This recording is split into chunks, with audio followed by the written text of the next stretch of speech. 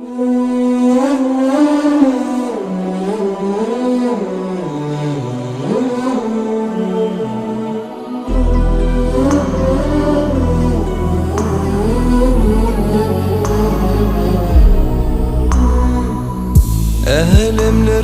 foltani sen yıkatak ya Rabbim.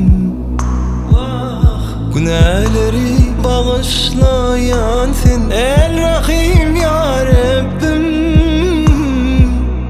Her seher salamım yollayan sen yüreklim iyisi. Muhammed ümmetini koru can Allah'ım. Süyyettir Rabbim canım bilin, yaşayat imanım bilin. Yıkıtaksın Allah'ım sen teksin, kabul et dualarımı. Süyyettir Rabbim canım bilin, yaşayat imanım bile.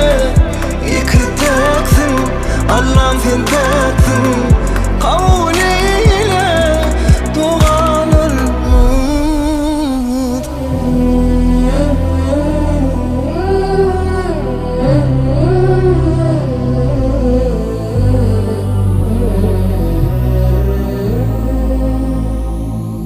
Her seher salamım yollayan sen yüreklim iyisi.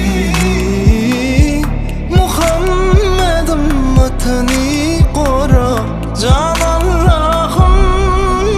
Süyyettir Rabbim canım bilin, yaşayat imanım bilin.